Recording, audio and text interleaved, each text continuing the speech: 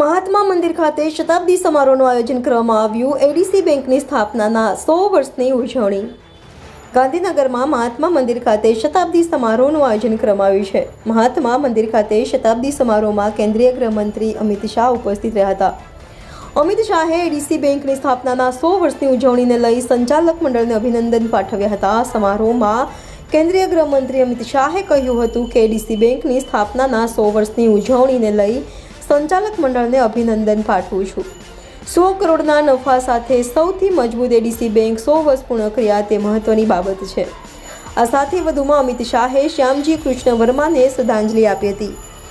ADC બેંકની સ્થાપનાએ નાનકડું બીજ મોટું વટવૃક્ષ બન્યું છે। આથી તમામ એડીસી બેંકના સંચાલક મંડળને અને બેંકના ચેરમેનને ખૂબ ખૂબ શુભેચ્છાઓ પાઠવી હતી। આવનારા 100 વર્ષોમાં આ યોગદાન ઘણું વધશે। અનેક મંડળીઓ માટે બેંકે અજવાળું પાથર્યું છે। આ શતાબ્દી સમારોહમાં કેન્દ્રીય ગૃહમંત્રી અમિત શાહ, સીએમ ભૂપેન્દ્ર પટેલ, સહકાર મંત્રી જગદીશ વિશ્વકર્મા સહિત મોટી સંખ્યામાં બેંક સાથે સંકળાયેલા નાગરિકો ઉપસ્થિત રહ્યા હતા। Reporter Jayantibhai Patel, India 24 news, Gandhinagar. સહકાર બધી સહકારી સંસ્થાઓ વચ્ચે સમય જતા જતા સહકારી સંસ્થાઓના બેંક એકાઉન્ટ પર સહકારી બેંકો બને। આપણે બનાસકાંઠા અને પંચમહાલ જિલ્લાને મોડેલ તરીકે લીધો અને હવે ગુજરાત રાજ્યને મોડેલ તરીકે લીધું છે।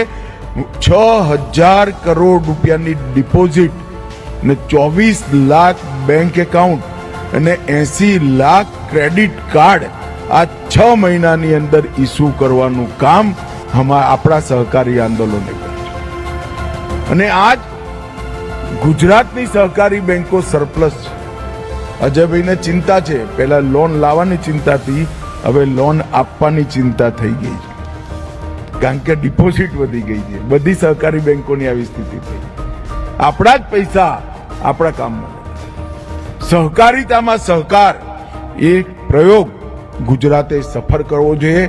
અત્યારે જગદીશભાઈ અને અજયભાઈ દરેક જિલ્લાની ટૂર કરે છે, દરેક જિલ્લાની ટૂર કરી મીટિંગ કરે છે। મેં પોતે 3 જિલ્લાની ટૂર કરી છે ને ખૂબ બારીકીથી આનું આયોજન થયું છે।